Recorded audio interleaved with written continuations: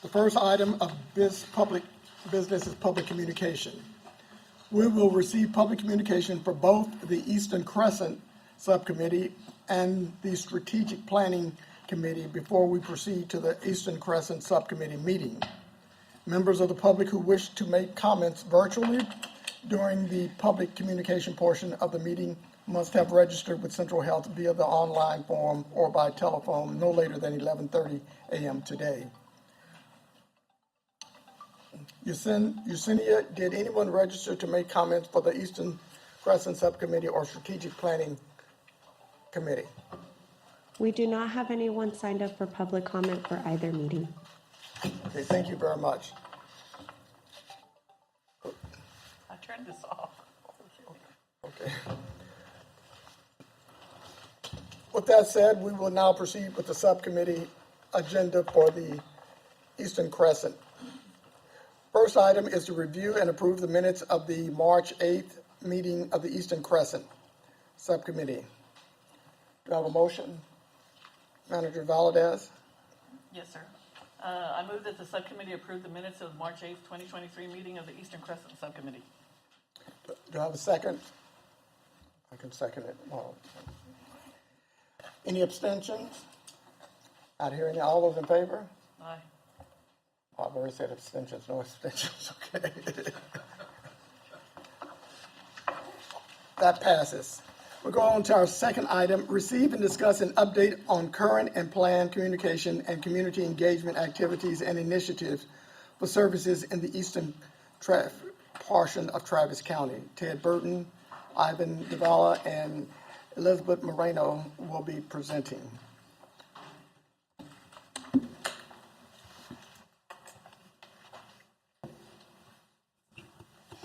Good afternoon. I'm Ted Burton, Chief Communications Officer with Central Health, with my colleague Ivan Davila, our Senior Communications and Marketing Director, and I believe Elizabeth Madetto is going to be joining us as well.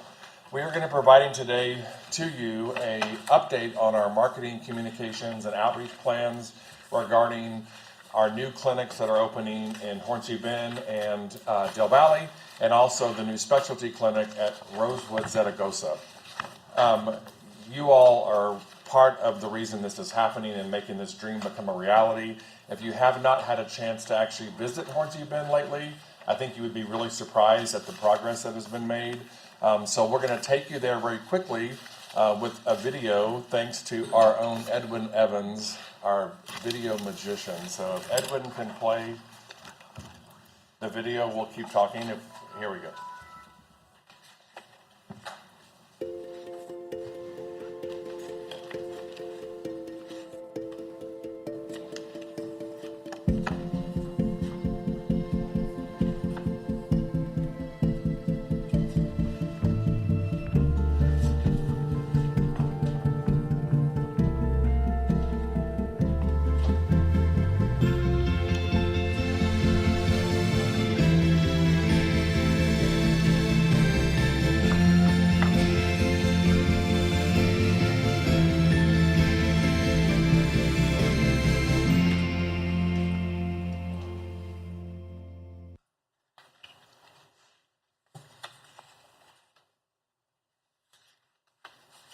And Edwin is also pushing the buttons over there. Thank you, Edwin.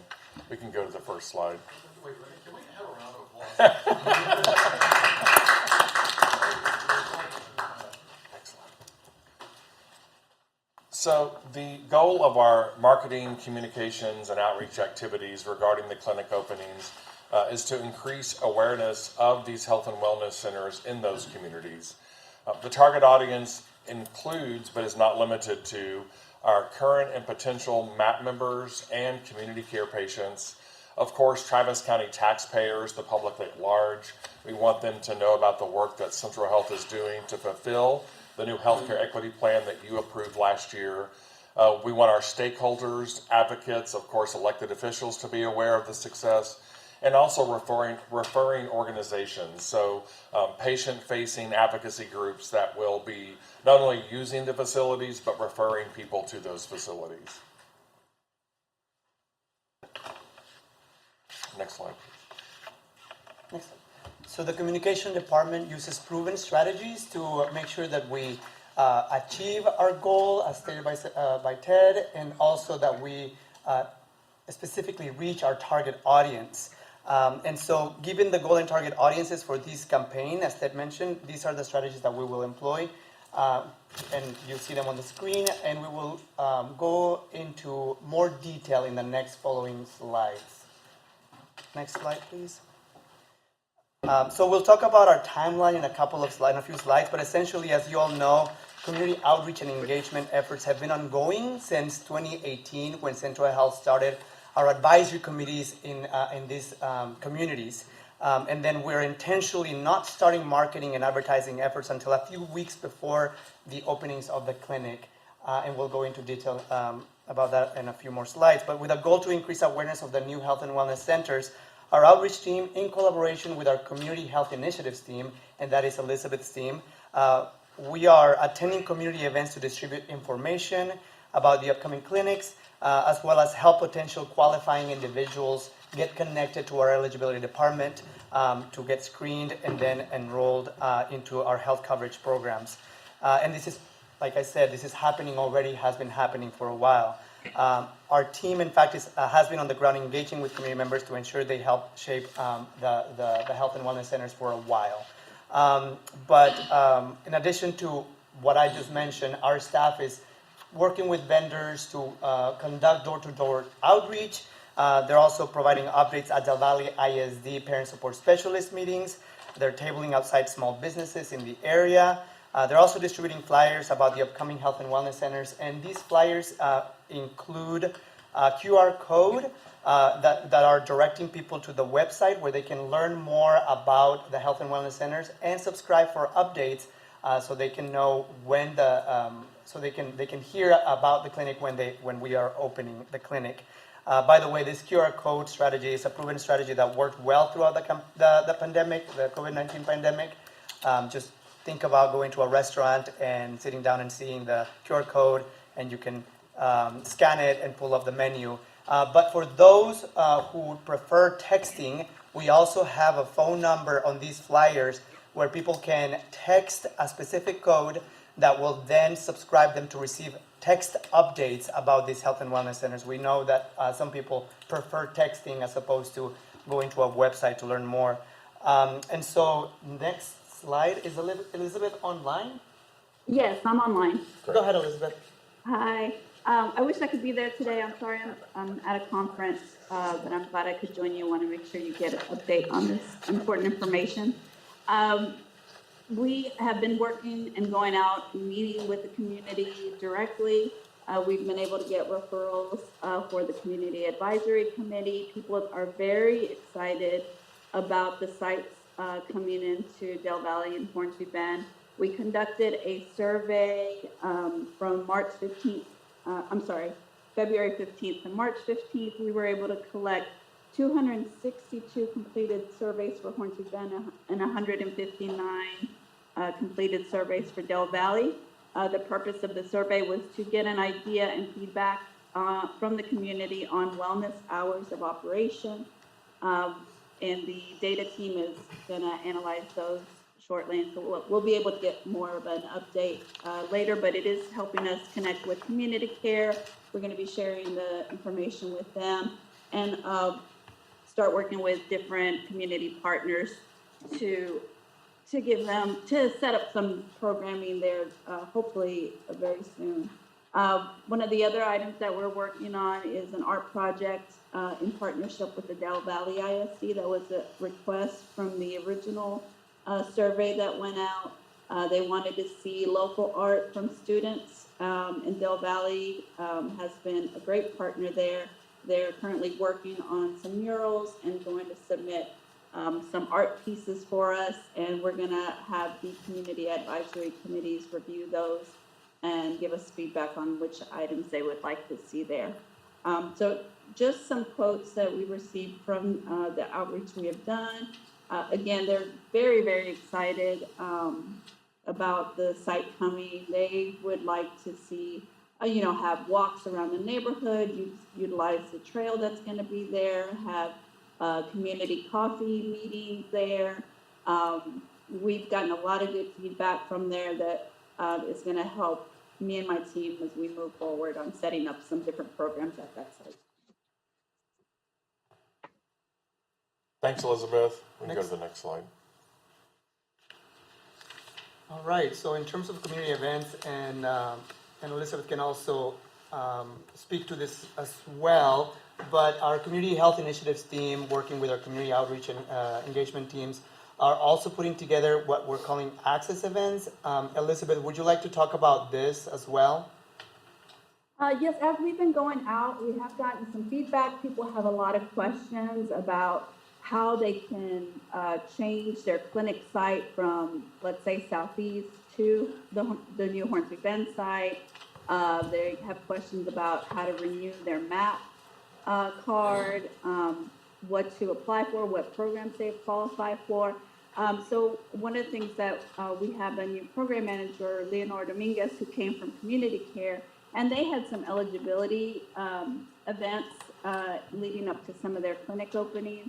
And so we want to expand that out and do that in these areas. And so we're going to have community care staff that can answer some of the clinical questions, help set up appointments, go ahead and start transferring people over to the new sites if that is what they would like, answer questions about MAP, help them do online applications. We'll have some setups there for them to be able to do it online, and we'll have staff there to support them and basically provide feedback and make it easier for them to get into the clinics if that's what they're interested in, and answer some questions. Thank you, Elizabeth. So in addition to everything that Elizabeth mentioned and everything that we're doing around access events, we're also going to be working with Elizabeth's team on open house hours. So that will be happening Monday through Friday before the grand opening, and it's in essence opportunities for members of the community and patients and members to meet their doctor and also meet our staff, so Elizabeth's team as well, and learn about the health and wellness centers and what resources they will be able to access at these health and wellness centers. You'll see that Hornsby Bend and Health and Wellness Center grand opening is scheduled for Saturday, August 5th. That is going to be the case because Elizabeth's team, in collaboration with our engagement team, and in collaboration with Del Valle ISD, we're putting together a back-to-school event also as part of that grand opening to really get the community together before Del Valle ISD opens their doors for students to come back to school in the fall. And then we are also going to be working with Elizabeth's team on the Del Valle Health and Wellness Center grand opening, and the date for that one is to be determined. Next slide. So as I mentioned earlier, community outreach and engagement efforts have been ongoing since 2018, depending on what is going on. But our marketing and advertising efforts, we're intentionally waiting to do this until a few weeks before the grand openings. So we're going to be doing a direct mail, sending a direct mail piece to MAP and MAP Basic members living in Hornsby Bend before the Hornsby Bend Health and Wellness Center opens, and then in Del Valle before this center opens. We're also going to be texting people who've subscribed for updates, and we're going to be working with community care's outreach and communications team on a marketing campaign to also potentially text community care's patients and potentially send that direct mail to their patients as well. Next slide. In terms of paid advertising, these are some. Okay, yeah. And as we did last time for the opening of the Hornsby Bend clinic, the one that is open now, we also plan to do door-to-door outreach. So actually taking flyers to homes in the areas and the communities nearby. We are planning paid advertising, which will include paid social media, so specific advertising targeted to the zip codes that were on the previous slide, online advertising, some print media. We're still investigating what publications might make the most sense. We have our ongoing radio show on KZI, the talk show that we host, Central Health Talks, and the Health and Wellness Centers will be the focus of that talk show. Our colleagues will be on Desperta Austin, which we also have a ongoing relationship with them where we're doing talk show interview style content. Now, then we're looking at other advertising tactics as appropriate. So, for example, our advertising vendor is looking at possible outdoor or billboards in the area. So it could be clinic opening soon or healthcare near you. It really depends on what kind of space is available in those areas, and that's constantly changing. And other tactics could include gas pump advertising at convenience stores and direct flyers to local businesses. And I think Yvonne mentioned, I just want to reiterate, we haven't been advertising for 2 years. It's like if there's a grand opening of a business, you really want to crescendo towards that grand opening. So we don't want to tell people for 2 years coming soon. But now that it really is coming soon, we want to hit them hard and let them know that the doors will soon be open. Next slide, please. And then other digital communications, hopefully you've seen this, but we are consistently updating our website. I think there were some updates made just yesterday about each of the locations, our organic social media, and then email marketing. So we are continuously building our email database for residents who live in those communities. And so we don't want to spam them, but we definitely want to send them timely updates. Make sure that they're aware of the open house week and the different events that they can participate in. Next slide. Timeline. Yeah, so we talked briefly about the timeline, and as I mentioned earlier, social media, grassroots outreach, community engagement has been ongoing for several months already, if not longer than that. But then in terms of actual door-to-door outreach, that will be happening earlier this summer. And then in terms of earned media and then advertising, direct mail pieces, specific email marketing to members in the area, letting them know that the clinic is opening very soon. That'll be happening a month out, starting a month out. So that concludes the section for the Del Valle and Hornsby Health and Wellness Centers, and now we're going to segue into the Rosewood Zaragoza Specialty Care Clinic. So the marketing initiative for Rosewood Zaragoza is a little bit different because this is a specialty clinic where we will be reaching out to current MAP and MAP Basic members. We aren't advertising this more broadly as a walk-in facility. Obviously, patients would be referred for healthcare services there. However, we do want to make sure that Travis County residents are aware of this. We've been talking a lot about this in the media, and hopefully you've seen some of the positive coverage lately about service expansion, including the front page story in today's Austin American Statesman. So the target audiences, again, are MAP Basic members, Travis County residents at large, and again, referring organizations who might refer patients to this specialty clinic. Marketing communication strategies. We will be planning community events, so an open house so folks can come and see and walk through and experience the new facility. Very targeted marketing efforts, digital communications, and then ongoing traditional media relations. So working with our reporters in the market to secure some positive earned media coverage about the opening. Next slide. So in terms of community events, we are planning a stakeholder tour where we can invite members of the public, including community advocacy groups, elected officials, and our board of managers and others to walk through the facility prior to the grand opening event. And so there will be also a grand opening event. And next slide. For marketing, as Ted mentioned, because we are specifically targeting MAP and MAP Basic members, these are the two tactics and tools that we will be including in our efforts. So a direct mail campaign to MAP and MAP Basic members, and then texting to members. There will be specific outreach that we will be doing in collaboration with the operations department to have an outreach campaign leading up to the opening. Again, specifically targeting MAP and MAP Basic members. Next slide. In terms of digital communication, this is similar to what we mentioned before. where our website will be updated to reflect the opening of the new clinic and what services are available, and the specifics as to how to access it. It's specialty care specifically for our MAP and MAP Basic members initially, so that'll be outlined there, and then social media for general awareness, and just like we're doing a digital, a pay direct mail campaign for MAP and MAP Basic members, we'll also be doing an email marketing campaign for MAP and MAP Basic members who have agreed to receive information via email. Next slide.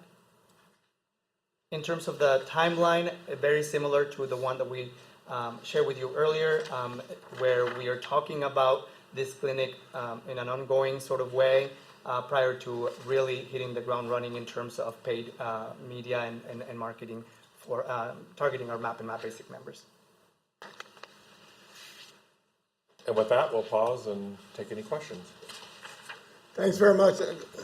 That was very good, very informative, and good up-to-date information. So I have some questions, but I'll defer to my board members first. So let's go around the Manager Bell. Manager Valadez. Yes, thank you very much for the presentation.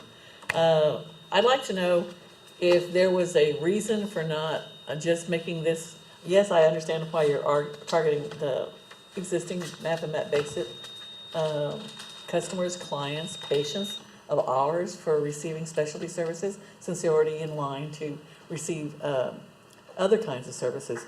But using this opportunity to let the community know that for those of you who don't have insurance, don't have access to services, and aren't going to have so long as you don't have legal status, you can get something with us. So call this number and put that number everywhere so everybody knows to call this number. You know, and I don't know if it's going to be the 512-978-8000 number, or if it's going to be designated MAP eligibility number under KIT. Is KIT still in charge of that? That would be my suggestion. On everything that goes out, you always put, if you need to be enrolled, this is the number, because that's what we should be pushing, especially to diminish those numbers of uninsured in Travis County. And just one brief comment that I have to go ahead and make. I received a lot of phone calls. For me, a lot of phone calls is like 10 to 15 phone calls. And they were concerned that Central Health was putting a Barbie and Ken campaign on their Central Health Facebook page. I don't know where that's come from, but I had to go look at it myself because I didn't know that. But they thought that they couldn't believe that Central Health was doing that. They viewed it negatively. So I'm just saying that. I would hope that Central Health, in its Facebook page and putting stuff out there, would push, call this number to get enrolled if you're uninsured, or anything else. Talk about our work with Travis County and trying to concentrate on mental health, because the Barbies had a terrible impact, a negative impact on women for generations. So anyway, I just wanted to say that. Thank you. Thanks very much. I concur with you. And we'll bring that up at another topic. I'm not sure if it should be under this item here, but that is concerns you raised. And as you look at outreach, I think those kinds of examples of things we should be mindful of. So Yeah, I definitely think context is really important, and trying to understand the different platforms that we use and the people that we're trying to reach. So yeah. And culturally, they Always. understand bus, signs on the Always, buses, taxi cabs, advertised on the taxi cabs, places like that people would use that don't normally have access to transportation or resources, or live outside the digital divide. Those are the kinds of tools that we need to use. I understand pushing and pushing and pushing on those that are registered electronically with us, but the people we're trying to reach are people who are also outside of that realm. which is why I think you see tactics that appeal to both people who Yes. are on both sides of the digital divide. So folks Thank who you. are connected, who do have access, and those who don't. So we're always looking at that comprehensively. Thanks very much. Let's go on. Manager Kitchen. No questions. Manager Martin. Yes, thank you very much. Thank you for the presentation. I have a concern about sort of just, you put out a number and then offer people come see us if you're uninsured. If we're not setting up false expectations and the negative associations with that, you show up at the clinic, well, we really can't offer you anything. I think that should be a little more directed about what we're going to do with that, because that, you know, people write one bad post for every 20 good things that happen to them. So I think that that could be directed. I appreciate what you're saying, but I'd be fearful of sort of having that occur repeatedly to I people. was talking in terms of for enrollment questions or eligibility. And we always do include that, so for I appreciate that. questions about MAP or how to get enrolled, we always include a phone number and a website, and then other ways to get connected, so. If I can add, this isn't part of this presentation, but just because you brought up that point, Manager Valdez, we are working on a MAP awareness campaign that is separate from this, because we also understand the importance of raising awareness of that. And to Dr. Martin's point, so that is separate from this, but it is targeting similar communities, of course. Okay, Thank you. Thanks very much, Doctor. Manager Matwani or Manager Masaitif? Manager I appreciate, thank you, Chair Jones. I appreciate the presentation. I appreciate a lot of the comments that have been made to this point. And very quickly want to chime in on the Barbie notion, just that it has come into the media lately for the new Barbie movie and depiction because it is sort of uniquely disassociating itself from the image of the past and sort of recognizing, ostensibly, or at least through the media frame, a more inclusive and more inclusive image for Barbie. That's unique, that may be uniquely applicable to some of the communities we serve, and certainly some of the younger generations of communities. Just want to put that out there, that it's kind of a reverse. No, it's a satire.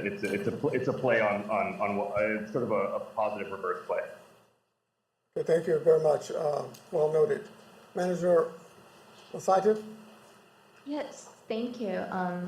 I'm really happy to see this moving forward, and we have a date. Thank you for all your work. Thank you, Ted, and to your team as well for this robust media campaign. So I appreciate you on all your efforts. And I also will echo what Manager Mitwani said in terms of that campaign. It's really about more inclusivity, for inclusivity. So I'm going to leave it at that. Thank you. Thanks very much. I think what I'm hearing from that is we'll probably have at some point have a discussion at another meeting to talk about our strategies for uniqueness of outreach. Is what I'm hearing. So you might want to consider that for another time. But I think most of those have been discussed. Duly noted. Thank you. Just two questions I will have, and they're very short. On page 10 on your tactics and tool, you talk about the QR code to website page where they can learn more information. As one is born in 1951, I just want to remind you there are a lot of seniors who are not comfortable with QR codes. Many are not comfortable with texting. So as many diverse opportunities for them to be able to do that, I would encourage you to do that. You are, as you've indicated, you have other ways, but those are not the other way. QR codes made a comeback during the pandemic because people couldn't use menus to order, and so we would be happy to share data with you to show why they are now popular again. People of all ages, all languages. But I agree with you, we can't discount one group or another and one tactic or another. We need to use a comprehensive approach. Right. Well, okay, just be mindful of QR codes. The second item was, so August the 5th, that's a definitive date for Hornsby Bend? Celebration, grand opening. Grand opening, yeah. Yes. And we don't have one for Del Valley? Correct. Okay. I think those were the only comments I had to make, so thanks so very much for the presentation. Go on to the next item. Thank you. Thank you. Thank you.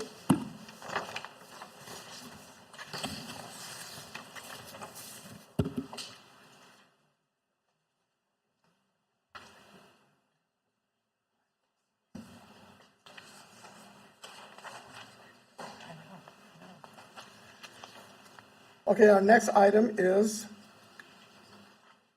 Confirm the next Eastern Crescent Subcommittee meeting, time, date, and location. Managers, our next Central Health Eastern Crescent Subcommittee meeting is tentatively scheduled for Wednesday, May the 10th, 2023 at 1 p.m. at the Central Health Administrative Offices, 1111 East Cesar Chavez, Austin, Texas, 78702. At this time, I'm ready to accept a motion for adjournment. I have a motion. Is there a second? I have a second. Any abstentions? Not hearing any, we consider ourselves adjourned. We'll move into our Strategic Planning Committee meeting.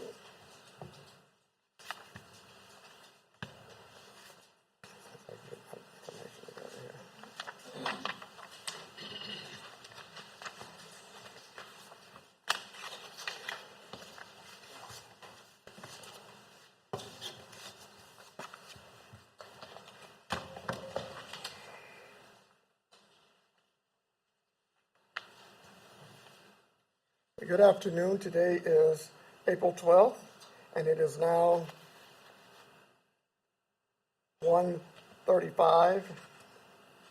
As a quorum of the Central Health Committee is in attendance, I would like to call to order the meeting of the Central Health Strategic Planning Committee. As a reminder, some of the committee members may be also participating by video conferences, so the staff will be managing video and audio feeds of all participants closely to make sure we have a legally compliant meeting at all times. We will now proceed to the committee agenda since we've had public communication. And I'm just sitting in for the chair, Dr. Brinson, so you'll understand why I'm here. Not that I just wanted to play with the gavel either. With that said, the first item we have is review and approve the minutes of the March 8th, 2023 meeting of the Strategic Planning Committee. Do I have a motion on those minutes? I move that the committee approve the minutes of the March 8, 2023 meeting of the Strategic Planning Committee. I second. I have a motion and a second. Any objections or abstentions? Not hearing any. All in favor say aye. Aye. All opposed say nay. Any abstentions? Not hearing any. We'll move on. It's not as easy as it looks, right? He's doing a good job. I didn't say you. Moving right along, item number 2, receive an update on the quality of life and patient experience survey. We have Sarita Clark Leach and Matt Richardson will be presenting.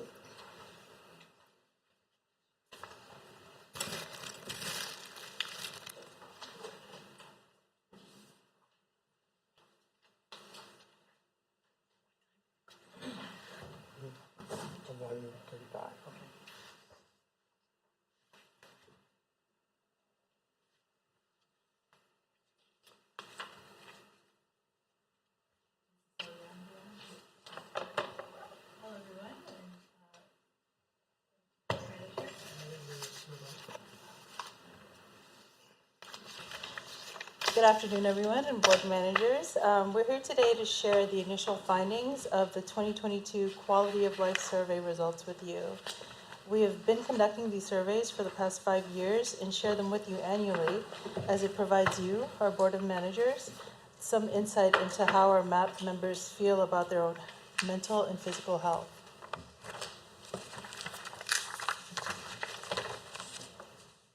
The specific quality of life survey we use is a PROMIS Global 10. PROMIS stands for Patient Reported Outcome Measurement Information Systems. And this specific tool is a standardized 10-question survey designed to assess a person's self-reported health status across physical and mental health domains. We'll show you those individual questions and responses to them later in the presentation. And just so for your awareness, the term global refers to the fact that this is a look at the patient's overall perception of their health and not necessarily specific to a certain disease process. So this slide that we're sharing right now alludes to the overall process for conducting the survey. So to better understand the differences in our MAP patients' quality of life and experience of care, we conduct these annual phone surveys in English and in Spanish to a representative sample of MAP members.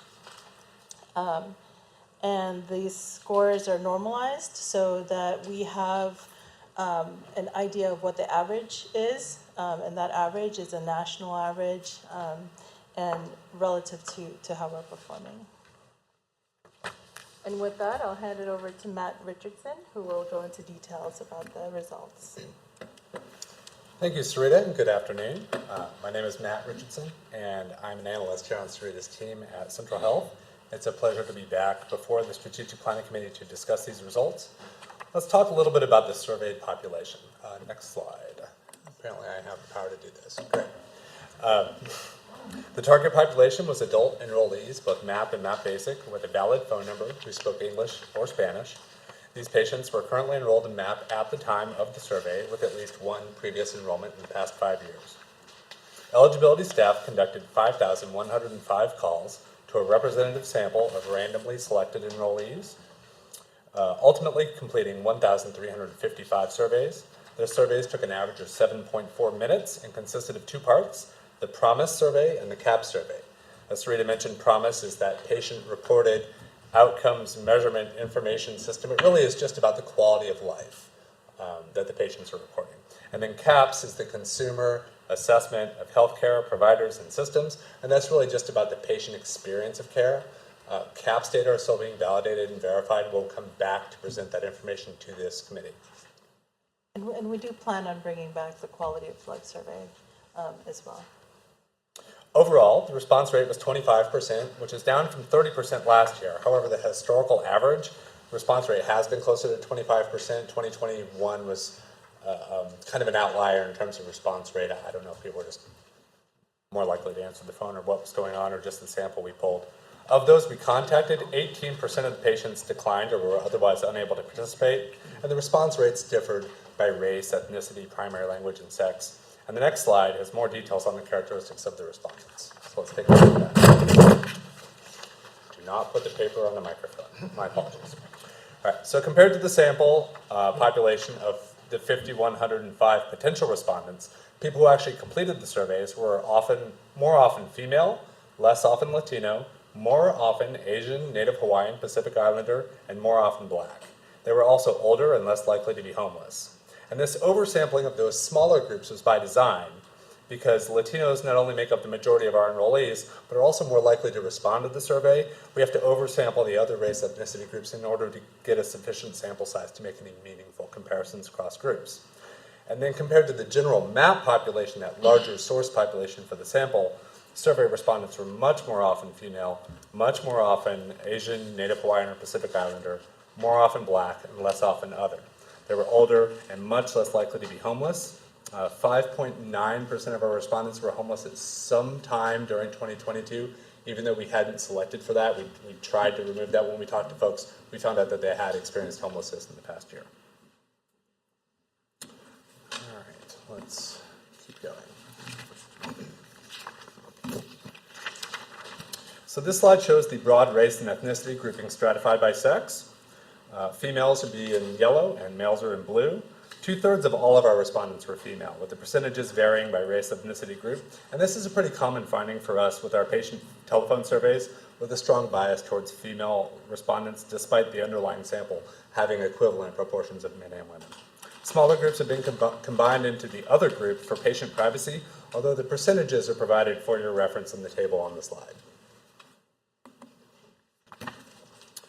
Here you can see the age distribution of respondents, color-coded by primary language. As we already mentioned, they were older on average. English is in blue and Spanish is in orange. The average age for this group is 46.7 years. For reference, the average age of a MAP or MAP Basic enrollee is 38 years. The range for our sample is from 18 years of age all the way up to 92 years of age, with a median of 47, and the 55 to 60 age bracket had the largest number of respondents. The majority of respondents spoke Spanish as their preferred language, and non-respondents were largely similar in the age groupings and language preferences. Okay, so let's take a look at the key findings from this PROMISE results. This validated tool Sarita referred to earlier is commonly used to track self-reported mental and physical health. Central Health tracks these results of these annual surveys over time and tracks the changes in patient quality of life. So let's take a look at the key findings. First, although PROMISE health scores decreased slightly in 2022, the decrease was not statistically significant. The average scores for all groups were either in the good or very good score range for all 5 years of data available. Mental health scores were higher than physical health scores, with 68% reported that their physical health was either good, very good, or excellent, whereas 84% reported the same for mental health. And looking at the trends over time, the overall trend in scores is slightly positive with modest improvements. However, it's worth noting that we are not sampling the same patients every year. This isn't a longitudinal view of the same people and how their health is changing over time. These are independent samples, snapshots in time of those folks. So appropriate caution is warranted when trying to generalize these results to a larger patient population. That said, when comparing the scores across race and ethnicity groups, we see that patients of other and Asian race ethnicity scored higher, on average, than did Latino, Black, or white patients. Evaluated separately, Latino patients scored higher on average than did Black or white patients. And we'll look at all this in more detail in the following slides.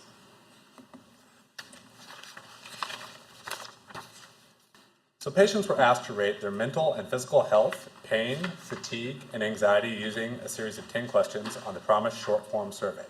The questions are summarized into 2 composite measures, physical health and mental health. And those raw scores are converted into a standardized T-score, where a score of 50 represents the US average. So above 50 would be better than the US average, and below 50 would be worse than the US average. In 2022, a total of 1,332 unique MAP or MAP Basic enrollees completed these surveys. The average mental health score was 48.1, so you see that's just slightly below the 50 cutoff. And the average overall physical health score was 46.4, but both scores were, despite being lower than the US average, still fell into the very good and good ranges respectively. The next slide provides scores by year. So this slide puts those 22 scores we just talked about into context in the past 4 years. Mental health average scores in the light green and physical health average scores in the purple, and using the scale, the average score is still 50 for both measures.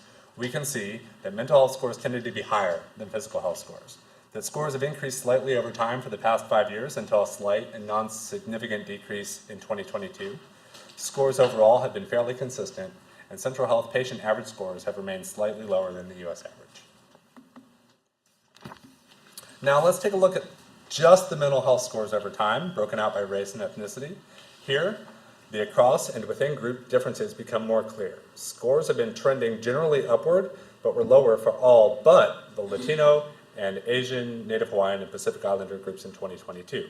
Scores for white patients and patients of other race ethnicity were at 5-year lows, whereas Latino patients were at a 5-year high. The average score for Black patients decreased somewhat, but were still well above the 5-year low. It should also be noted that the results for the Asian, Native Hawaiian, and Pacific Islanders and other should be taken with a fairly large grain of salt, given the very small sample sizes. Despite intentionally oversampling these groups, there just weren't enough to call to get a large enough number of samples. We got as many as we could. The story for physical health average scores is a little bit different, and again, these are broken out by race and ethnicity over time. Unlike the mental health scores, no group had physical health scores in 2022 that were 5-year lows. However, the average physical health score for Latino patients was still a 5-year high. Asian, Native Hawaiian, and Pacific Islander patients still had the highest average score of any race ethnicity group, with a noticeable but non-significant increase in score since 2021. Black patient average scores were essentially unchanged from last year, while other and white patient average scores decreased, although only the white patient score decrease was statistically significant. Again, the small sample sizes of other and the Asian, Native Hawaiian, and Pacific Islander respondents provide reason for caution in interpreting these results. So now I'll turn it back over to Sarita to discuss the results from each survey item. Thank you. So the summary scores can only tell you so much. So the following slides are going to present the 10 individual PROMIS questions that were asked, and we'll take a look at them and their aggregated responses to them. It's important to note that while we use this validated tool to elicit member feedback about their quality of life, it's only one activity of many central health staff engage in to understand the needs of the population we're in service of.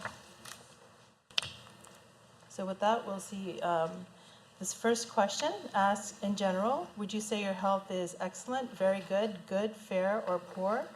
And about 70% of respondents responded that their health was either excellent, very good, or good. And so there is absolutely opportunity there to understand the 30% of those respondents who felt that their health was poor or fair. Moving on. The second question, in general, would you say your quality of life is excellent, very good, good, fair, or poor? And about 77% of respondents felt that their quality of life was good to excellent. In general, how would you rate your physical health? Excellent, very good, good, fair, or poor? And about 68% reported their physical health as being good to excellent. The fourth question, in general, how would you rate your mental health, including your mood, your ability to think? Excellent, very good, good, fair, or poor? And about 80% of respondents, 81.2% exactly, of respondents felt that their mental health was good to excellent.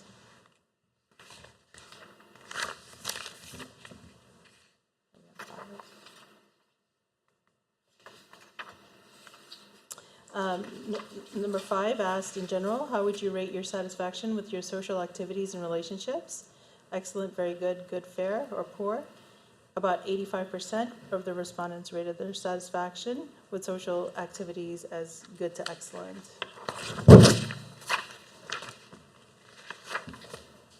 Number 6, to what extent are you able to carry out your everyday physical activities, such as walking, climbing stairs, carrying groceries, or moving a chair?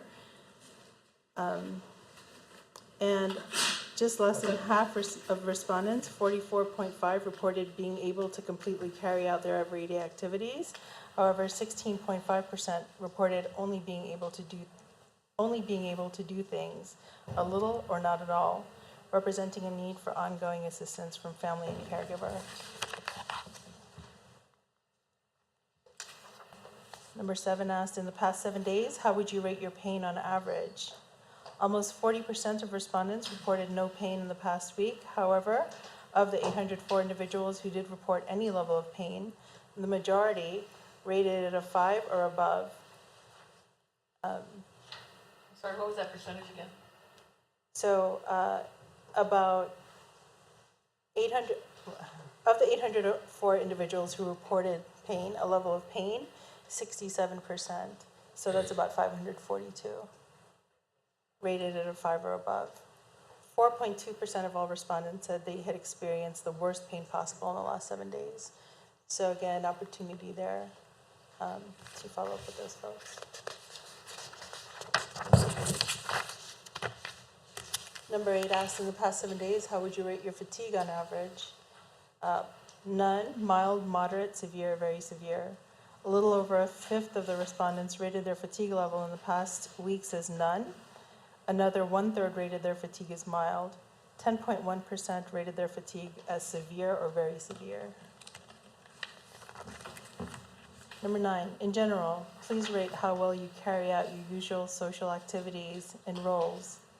81.5% of respondents felt that their ability to carry out their usual social activities was good to excellent.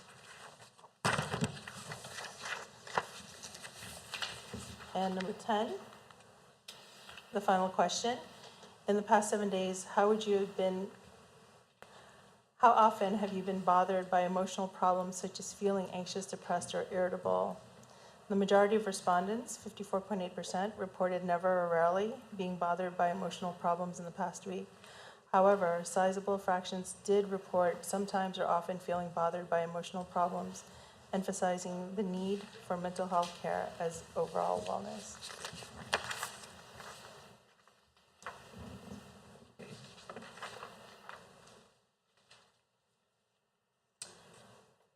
So looking at patient-reported health scores by other demographics, in terms of physical health, we saw no consistent differences by language. Males reported slightly higher scores than females. Significant differences did exist by age, and in pairwise comparisons, younger patients reported higher scores across all age ranges. Looking at mental health, there were no consistent differences by sex, but Spanish speakers reported higher scores than English speakers, and significant differences existed again by age. In those comparisons with younger patients, they reported higher scores across all age ranges. summary? Sure. Okay, sure. So just to wrap up, summary of our findings, we talked about these earlier. Scores decreased slightly in 2022. It was not a statistically significant difference. The average scores were in the good or very good range for all 5 years for which we have data. Mental health scores were higher than physical health scores, and that's a trend that we've seen over the last 5 years. The overall trend being slightly positive, looking at the slope of those scores, making modest improvements. But these scores are just snapshots of these populations in time and do not represent the longitudinal experience of the same patient cohort.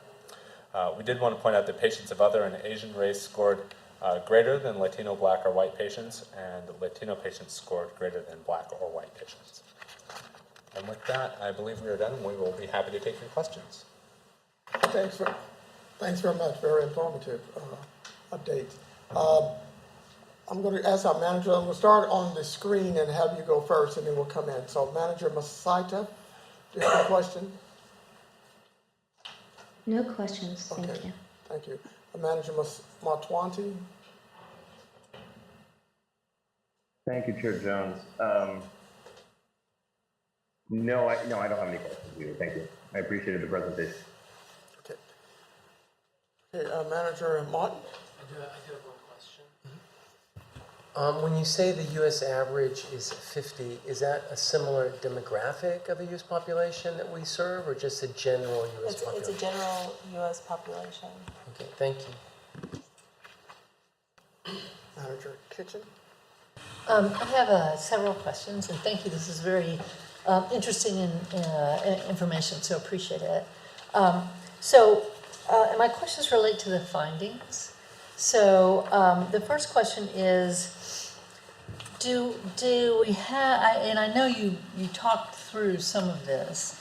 So, but I'm curious about the drill down and what we might have learned about, so for example, I guess it's 16% that didn't report feeling good on mental health. What does this tell us about them, and what is there a trend?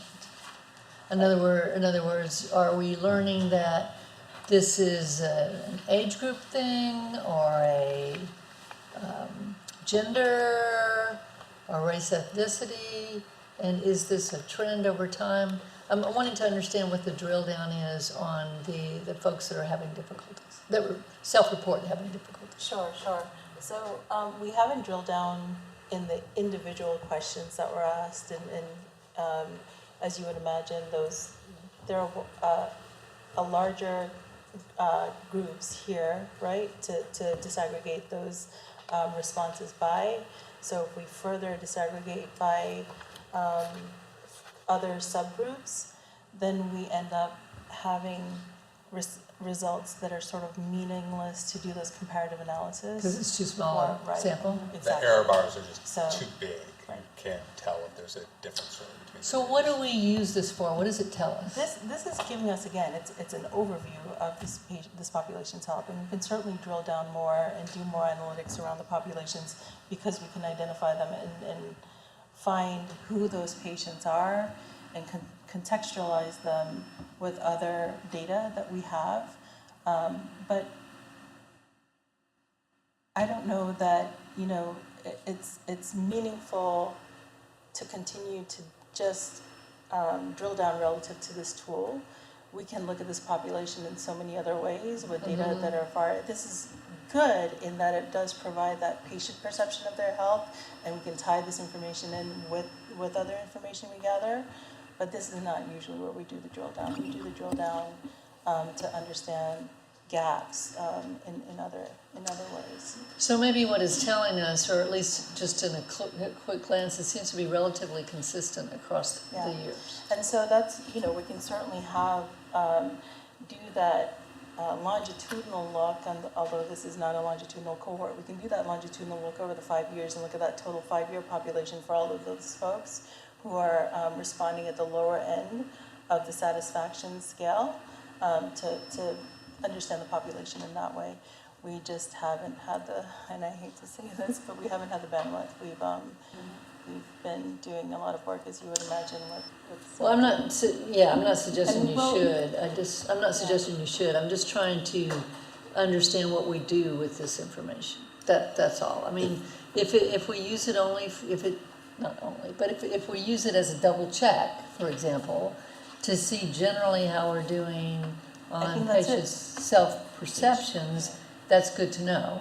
But are we using it for anything more than that, I guess is my question. And it is a good scan to understand, again, their own perception of their health. And if you're asking about how we might operationalize this, so we'll have the opportunity now, as we're moving into this direct provider of care practice, we'll have that opportunity to more easily navigate these patients to the services that they need if we identify that, we follow up with them and identify a gap. We haven't had the latitude to do that as robustly as we'd like, but that's one way we can use these data. And again, there certainly is, if we take the population in total and do that look back to understand what those similarities are, what are those attributes of the population that we're seeing that might make it such that they're reporting that their health is poor or fair. If there's any insight that we can glean from that, we want to do that look. It's just a prioritization of that. And again, it's not, we're doing work in other areas to identify those gaps. Mr. Gason, did you want to? Sarita covered it quite nicely, so thank you. Okay. Yeah, appreciate it. Okay. Manager Donovan? Well, I'm keying in on Manager Martin and Manager Kitchen. So my question would be whether or not we would ever, at any time, thank you, would, if Central Health would key in on doing a true sampling of what our MAP patients are experiencing. If we have MAP patients that have been members historically or continuously for a certain number of years, to at least begin to gather that kind of data, like a quality of life data bank, and work forward, because I would think that would help us with our development of priorities, programming, strategies, things like that. And so I just, I can understand it's difficult when, it's not representative of our demographic, So just to correct, it is representative of our demographic, and the sample sizes were created to be representative, and especially when you disaggregate by race or ethnicity. But when you have to overcompensate, by hitting It's those the other responses. populations, and I understand that, but I was just curious as to whether or not there was ever going to be an opportunity to begin to gather that data. Unless there are other organizations in Travis County or Central Texas that are gathering it, that we can key in on and ask them to share that information with us, maybe do an MOU with somebody. If the University of Texas would spend some of that $35 million on scientifically developing that data and sharing it, because it would be for the greater good of all our populations. And I'm just curious as to whether or not that would be something you would envision doing in the future, and maybe looking for this data in other spaces, or getting somebody to do this as a study, maybe a whole department. I don't know. Yeah, that's a good point. If I may, Manager Jones. I already called Manager Oh, Bell, so. good. But go ahead, I'll make an exception. No, please, I was No, go not ahead. using my I have no peripheral vision in comments. the board member. Mr. Geisler, you can. You have a comment for. Thank you, yes. So to reiterate, and this is pursuant to Sarita's response to Manager Kitchen's question, this is another checkpoint, but it's a point in time. Right. And we do these because we want to see at a point in time, where are we relative to the last similar point in time. So it's benchmarking, maybe is another way to put it. But as far as it being a true survey, this was a survey with statistical and scientific methods applied to our served population, our patient population. So in that sense, and maybe you need to clarify for us what you know, when you say true survey, what you mean, but this was a true survey of I'm real sorry. people that we serve, yes. I apologize if I said the word That's fine. but I Just was help- looking at it. And that's helpful, and thank you for clarifying that, and we certainly agree, but I also think, as was pointed out, as we get into the direct provision of care, That's right. there is so much that happens on a real-time basis, and even like when we do community outreach and we're surveying MAP patients, for example, outside of the patient-reported outcome measures and the CAP scores, that turn in, we were having this discussion earlier, that turn into feedback loops, so it's not just information that sits on a shelf, but if we were in each other's shoes, if you will, it's from the board knowing, oh, we want that patient perspective. There's only some, you know, Right. there's certain things that other reports like the demographic report don't tell you. And so we want that real-time patient perspective that gets pushed back into the systems and the care that we're designing, especially as we enter direct provision of care, that changes that care. So it's not just information on a shelf. But No, I understand. There's things that happen real time in a clinical setting that I don't have the certifications or scrubs to come across as properly. I do. I have one follow-up question, and that in regards to this, in terms of utilization of the data, would there be any utility as we move to more directed patient care in terms of comparing ourselves and our population to the population, say, of the Dallas Healthcare District or Bexar County, to give us a comparison to their outcomes versus our outcomes? If they've conducted this study, this survey for their Get on population, then we would have something to compare, but, Have they done that, or do y'all know or not? we haven't, Not that I could find. It doesn't mean it doesn't exist. It just wasn't something I was able to unearth in my search. I did look for comps. Anyone who runs a promise is going to have it standardized to the same scale, that 50% U.S. average. I think you see where you balance across that. In the CAP side, we actually do have comparators for Texas and for other kind of more granular looks, and we can see how we're doing against national benchmarks. So wherever they're available, we do apply those. and I also wanted to add, we might want to consider whether we want to continue to compare ourselves to a Medicaid population or Well, in the healthcare districts, they face the same dilemma as we do in terms of provision of care to patients. So the similarities would be very comparable. We're not saying go into Arkansas where they have Medicaid, but to go to Dallas County, if they haven't done it, to say maybe perhaps y'all could do this so we could use metrics to sort of gauge our successes and our goals to some extent. That's all. Chair Jones, can I contribute to this? I don't want to belabor it though, if you want to move it along. If you can do it real quickly, because I want to get to Chair Bell. Go ahead. Oh, yeah, and I'm sorry, Chair Bell, but I guess contributing to Manager Kitchen's question and everybody's comments, echoing Manager Valadive's notion of a data bank and just looking longitudinally at quality of life indicators. But that all being said, it seems that the Promise instrument, at least as we, have employed it, has been giving us relatively flattish results. So it seems almost as if, for me, and I'm not asking that it be done, but a thought is that for me, contextual value is really when we give context to it. So if we could put that up against, current sort of public health numbers or statistics around mental health or visits or crisis visits, or particularly, just other indicators, whether it's death by suicide, and or just general health indicators as well, and sort of see how, if that, I think with more context, we're able to see if that instrument is just something that we can expect to be traditionally flat. So if it goes not flat, then we have to look at something, or it's an instrument that maybe we may want to look at the context through which it's delivered, and perhaps some of the questions might be answered differently in that context, or not. But it does seem interesting to me that, given what's clearly a mental health crisis on medical levels, that the folks' perception of their own mental health, like across the board, even though it's our survey population, that would stay relatively flat. right.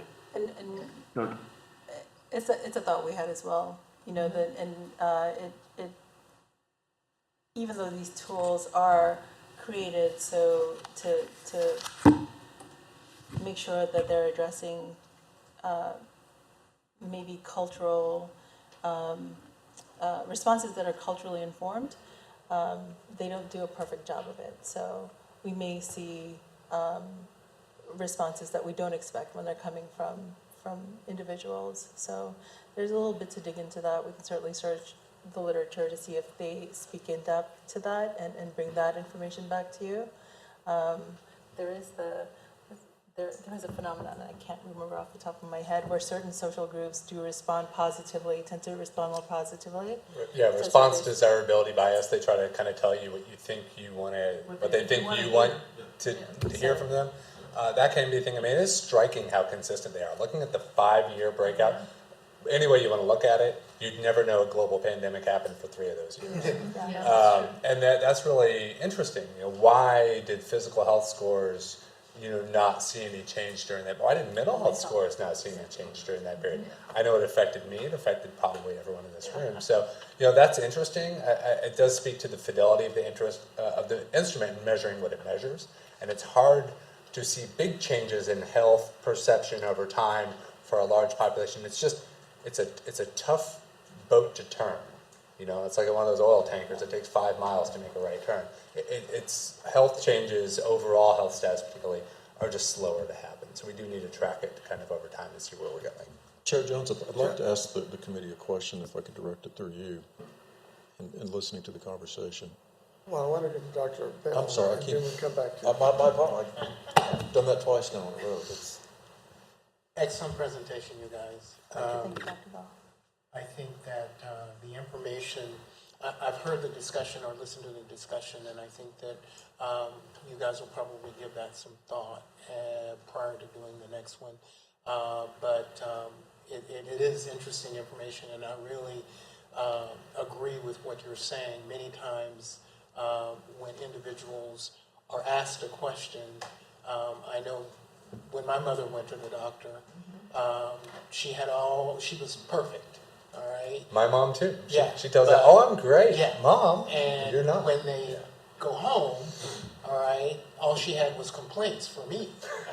And I was like, "Well, why didn't you just?" "Well, I didn't want to bother him." Okay. All right. So there are cultural types of reasons that people sort of give an affirmative answer instead of actually telling you what's on their mind. I'd be interested to know what you find out about that as you look more into it. And there's different ways people might interpret health or quality of life, and the instrument explicitly states in the instructions, you do not define that for the respondent. Right. So everyone comes to it with their own concept of what my physical health is and what my quality of life is. And so everyone brings their unique kind of context to that, so that is a limitation to this. Thank you very much. Thank you. I think also this allows us the opportunity, this is a discussion that needs to be broader than just us, but also the entire community. So I think engaging public health and some of the other health agencies in our community to not only discuss it, but also to educate the public about these concepts of things are very important. I see Manager, our chair actually, Brinson has joined us. Did you have any comments before I go to No comments, thank you. Okay then. Mr. Giesel. Yes, sir, just briefly. First of all, this is a great presentation, and this survey tool is very important for us. It tells us a certain piece of information that's critical, and it points out, if we were in your shoes, if you were to see sharp decreases where we need to really quickly and rapidly focus attentions.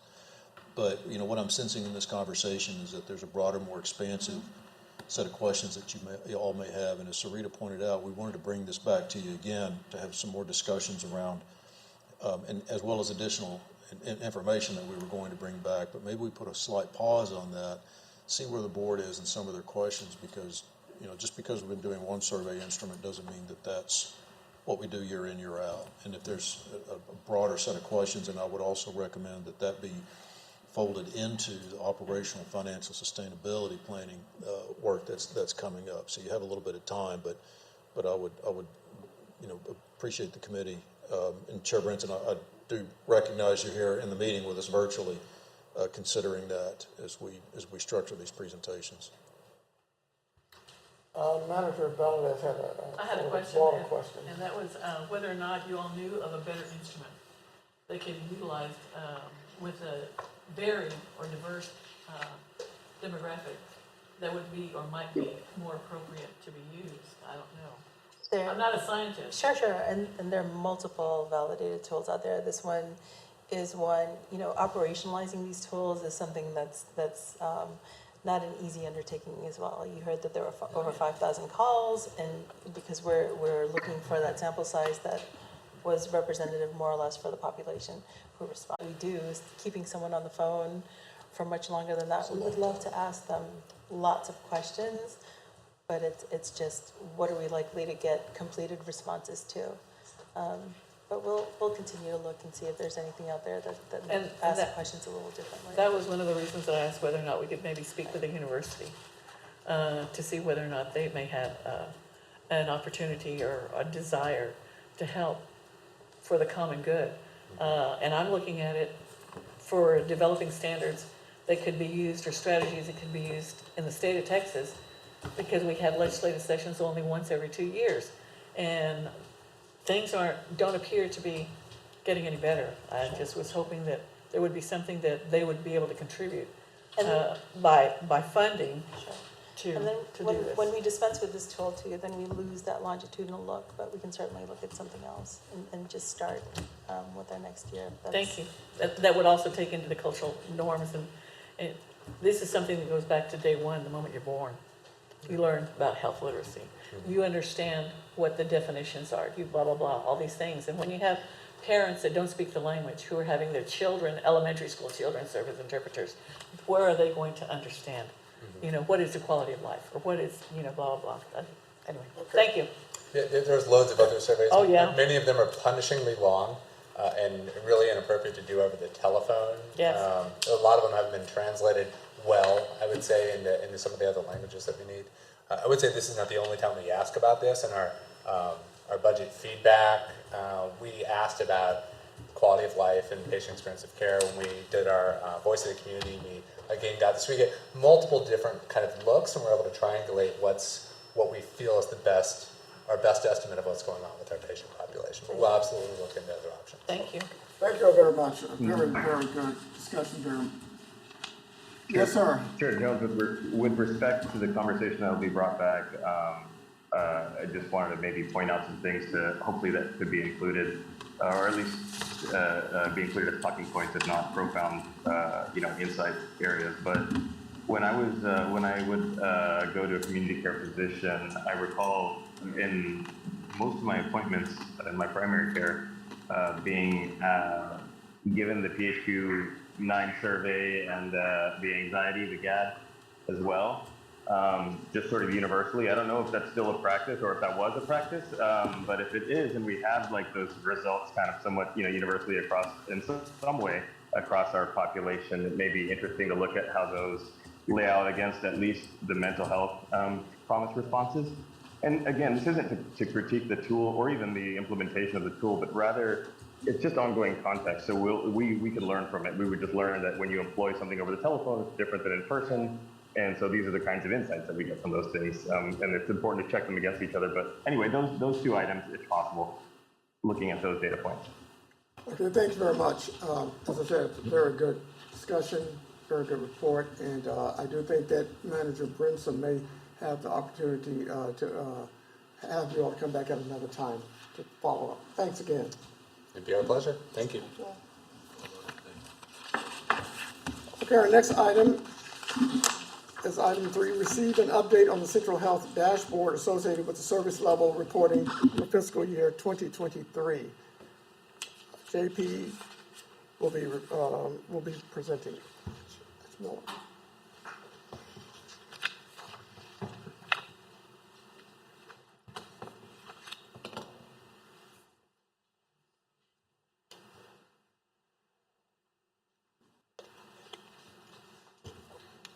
Okay. Hello? Good afternoon. Good afternoon. I am here to provide a quick quarterly update on our external dashboards as they relate to clinic utilization, enrollment, as well as our provider network. These are our two current online and interactive dashboards. On the left is our enrollment clinic utilization dashboard. We launched this in 2020, right during the pandemic. And on the right is our provider network dashboard. We launched that in 2017. The general purpose of these dashboards is, one, to provide transparency to the public as to what services we are providing, how many of our residents we are enrolling, and where we are building out our provider network. They also allow us to track changes over time. We consistently record the data, and it allows us to go back and look at where we are seeing needs and where we're doing well. So this is a screenshot of this interactive dashboard. If you actually go on our website and play with this, if you enjoy data, you like numbers, it's got a lot of great features on it. We update this monthly and annually, depending on the data sets. It allows users to look at our enrollment numbers, our visits, as well as the overall population in Travis County. The map allows users to zoom in to the census tract level to see the counts of the enrolled populations, as well as other factors. You can also compare enrollees and utilization by month, and you are allowed to kind of select the band of months that you want to compare across. There's also demographic comparisons for age, gender, and race ethnicity as it relates to enrollees, visitors, and the overall county population. So this is our most recent monthly update. As of February, we had over 72,000 active enrollees. About 28,000 of those were MAP enrollees and 44,000 MAP basic enrollees, with an additional 2,100 sliding fee scale enrollees. This represents an overall increase of 233 enrollees since July. During that time, our MAP membership went down about 2,300, while MAP Basic increased about 2,400. If we shift to our utilization data, what you'll notice here is those most recent 4 months have a significantly lower reporting. This is due to an expected delay in the undercounts as we're still collecting the claims files. We expect for those encounter data to be available for next month's update, so by next month this graph will look a lot more leveled out and flattened. With that being said, this is the utilization or enrollment and utilization data for, this is the utilization data for the current fiscal year. However, given that we know so many of the claims are missing, I would ask that we take this with a grain of salt. Looking at our provider network dashboard, this again is also interactive. Users can sort it by different years or service categories. If you only want to look at which providers are doing primary care or a specific specialty care line, you can select those from the menu. And again, this is updated monthly. Currently, within our entire provider network, we have 207 unique locations. This represents a 192% increase since 2016 and 250% increase versus 10 years ago. Finally, I will add that we are continuing to look at ways we can improve and enhance all of these dashboards. One example, we're considering how we can further aggregate this data or some of our enrollee data, enrollee and patient data by sites. This could include race, ethnicity, language, gender, age. However, we'll probably need to aggregate this type of information on an annual basis so we don't run afoul of any HIPAA rules. With that, if you have any questions, I'd be happy to answer them. Thanks very much. Start over here. Manager, Mine's just gonna be a quick one. With respect, because I'm the one that's asked some questions with respect to utilization from the different clinics. Because I can remember the old conversations about we're gonna shut down these services at this clinic because there's not enough people utilizing them. This is going to be that for our, let's say, our community care clinics. And if it's gonna it'll, whether or not it'll designate, this is a, I don't know, a WellMed clinic, or this is a Longhorn clinic, whatever. Something that we contract with that's not a direct provider. Not like a enterprise member, like community care clinics. Is that data disaggregated here? It is not currently. This is one of the next steps. We're looking at evolving this dashboard into be able to show. It was my understanding that the community care board, maybe I'm mistaken, used to receive utilization reports. I think I attended a couple of meetings one time, and they were talking in terms of which clinic, and this is utilization, and this is a change. And we do plan on bringing that. I'm sorry. I'm sorry. Thank you. For those of you that may not have heard me, I hope you did, but that's what I'm referring to. And we do plan on bringing back those disaggregated numbers, and some of them may be surprised as the size is really small, but to next month's meeting. No, that's fine, because it helps me when I see that they have these services here, and these are the people who live over there that are going here only because those are the services that are offered at this one particular clinic or two particular clinics. And it's not necessarily you're going to get served by the closest to you because you happen to live in that neighborhood closest to it. It's just going to depend on where the services are that you need, and whether or not there are changes. Because I think that you get those monthly reports every month. I think you get them every month, but I'm not sure. Either way, that should be relatively easy to disaggregate if it's all on the computer. When you come in on the computer, you put it on the screen, and the computer should be able to pop out that information pretty quickly. I don't know. That's what I was looking at. Theoretically, that's right. Those clinic things come in a myriad of But that's the information I'm looking for, Sarita and Jackie. Thank you, I appreciate that. Thank you. Manager, No question. Manager Masajid, any questions? Do we lose Manager Montwanti? Okay, Manager Bell. No questions. Thank you. Okay. I just have one quick question.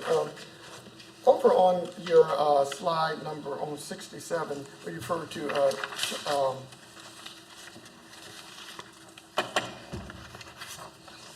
I'm looking for SFL. Oh, yeah. Where are we with regards to sliding fee scale? There's still a small population that we're still contracting with, and I'm going to put you on the spot to talk about this. Yeah, what I'm trying to get at is, obviously our sliding fee scale patients are the smallest number, but are there efforts, given the demographic shift, the geographic shift, to be able to increase those, particularly as we're going to be opening up locations in other places where you have people who are closer to our facilities maybe than others who have the ability to pay for those services, at least on the sliding fee scale? Or do we have any strategies to look at that, I guess is my question. Absolutely, and I think you all have hit on a lot of the different dimensions of the data that our team looks at. I think today you're just seeing two of those on the quality of life and then the general utilization. As Sarita mentioned, we're bringing back additional data on both community care specific reporting that you all have requested, but also some additional utilization type data. Sliding fee scale itself is a bit of a historical artifact for us. So each of the FQHCs and several of our other primary care partners have had sliding fee scale programs, and several years back we created the MAP Basic program that assumed and prospectively enrolled most of those individuals. There are still a few smaller clinic sites that do not have the scale, the infrastructure, to move away from their sliding fee scale program and really adopt MAP Basic, but we did not want to turn off those locations as access points for our patients. So we have made some exceptions and continue to reimburse a few smaller clinics based on their sliding fee scale program that haven't been able to adopt the MAP Basic standard. But that's why you see that population declining significantly while MAP Basic increases. But I don't think I fully answered your question. Is there another part of that I can Well, address? I was just wondering, as we open clinics for the east and other locations, do Yes, you sir. envision that number increasing? The MAP Basic population or the Yeah. sliding fee scale Sliding fee population? I think most of the clinics that we're opening are going to be operated by community care and by our FQHC partners. And as a result, what I would expect to see is increases in our MAP Basic population. I do think the farther we get and closer to the county borders, our FQHC partners may have more patients who are from adjoining counties and not from Travis County. So their sliding fee scale population may increase, but what we directly reimburse for are Travis County residents. Okay, I'd be interested in maybe having a side conversation about how we are working with the sliding fee scale, but that answers my question. Thanks Happy very to much. discuss, yes. Appreciate it. Thank you. Manager Brinson, I'm sorry, did I give you the opportunity to ask any questions? No, I'm good, thank you. Okay, then. You have, okay, Manager Kitchen. I have one question. It just relates to the provider network dashboard. Is the thinking, or do y'all currently map your provider locations against the locations for the MAP members? MAP or MAP Basic members? We do that exercise. You're talking about the home where people live versus where our, yes, we interact that data together. We use that data together to do different analysis. Okay, so you do that kind of analysis. Okay, thank you. It's in our, you'll see it in our demographic report too. It's presented there. I'm sorry, what did you say? In our demographic report, the 2022 demographic report shows where folks, our members reside compared to where those clinics are located. Okay, so we have an idea of how far they have to travel. Okay. Okay, thanks everyone. Did you want one more comment? Can I comment on something on agenda item 2, just to contextualize something? Going back to that quality of life survey to understand, contextualize that mental health score with 80% of the population indicating that they have a good to excellent mental health.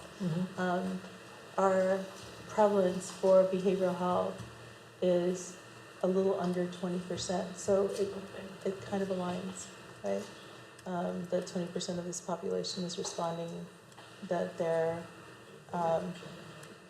mental health is fair to poor, aligns with this idea, with the about 20% prevalence for behavioral health in the population. So it's not that I'm skewed. not hearing you. So when you look at prevalence for behavioral health in our population, it hovers, it's slightly lower than 20%. We understand that there are reasons that, it's lower than it probably should be because SAMHSA reports that about 1 in 5 folks nationally have a behavioral health diagnosis. But that is in line with what we saw in the quality of life response to that mental health question, in that 20% also reported that they had fair to poor mental health. So it's not, too far off. I think that's that, along with some other discussion. As Manager Brunson, I would suggest that we might want to consider a separate agenda item at a future meeting to discuss, follow the discussion, because it's very timely and very critical. So thanks very much for. Okay, let's move on to the next item, number 4. Receive a fiscal year 2023 service delivery budget priority update. Excuse me. There's no members have no presentation at this time, but there may be some questions I believe to ask. Is that correct? If there are any questions with regards to that. For the document. Manager Jones, I'm happy to speak to that. So, members, there's a memo in your backup packet that serves as a preview to a presentation that we're going to have coming to the full board in May. We've kind of broken up the healthcare delivery initiatives into two primary updates for the budget resolution report out. We did one back in February that touched on dialysis and podiatry services, our transitions of care and medical respite. The update coming to you and the memo in your packet speaks to the multi-specialty care services at Rosewood Zaragoza, the implementation of our navigation center and our electronic health record system, and also speaks to how we're using existing health system resources as we build Central Health's practice of medicine. So again, if there are questions now, happy to address that, or we'll have a much more detailed presentation for you in May. Okay, I'm not sure how many of the managers had the opportunity to review it, but I'll allow this opportunity for us to answer any questions that you may have. So I'll go round robin again, starting with Manager Masaitif. Do you have any questions, or if you had the opportunity to see it? No, and to be honest, I have not had the opportunity to review it yet. Okay. Well, in May we'll have the opportunity, but anyone who may have had Masaitif, Swandy's gone. Manager Kitchen? No questions. Okay. Manager Valdez? No, I'm going to speak to you in May, but I did read it. Manager Bell? And I don't have any. Okay. And I think Manager Martin has stepped out. So, okay, then, well, we'll just defer that question. We encourage you to review it, and at the May meeting, Chair Brinson will have an opportunity to discuss it in more detail. Okay, that brings us to item number 5. Confirm the next Strategic Planning Committee meeting, date, time, and location. Managers, our next Central Health Strategic Planning Committee meeting is tentatively scheduled for Wednesday, May 10th, 2023 at 1:00 p.m. or immediately following the Eastern Crescent Subcommittee at the Central Health Administrative Offices, 1111 East Cesar Chavez, Austin, Texas, 78702. At this time, I'm ready to accept a motion for adjournment. I move adjournment. I have a motion, I have a second. Well, I have a second, but I just wanted to make one statement. It's going to take 2 seconds. Related to the May motion. 10th, for those of you that may not know, in our culture is Dia de las Madres. So that's our Mother's Day. It's always on May 10th. In the United States, it's on a Sunday, but May 10th is going to be Feliz Dia de las Madres. Okay, so are you objecting to that? No, I'm not going to take off because I'm going to be celebrating being a mother. Okay, so I have a second. Second. Okay, any discussion? Not hearing any abstention? All in favor say Aye. aye. Any opposed say no. Not hearing any abstaining, not having any. We'll consider adjourned until May 10th. Thank you very much. Appreciate it. Got out before 3 o'clock.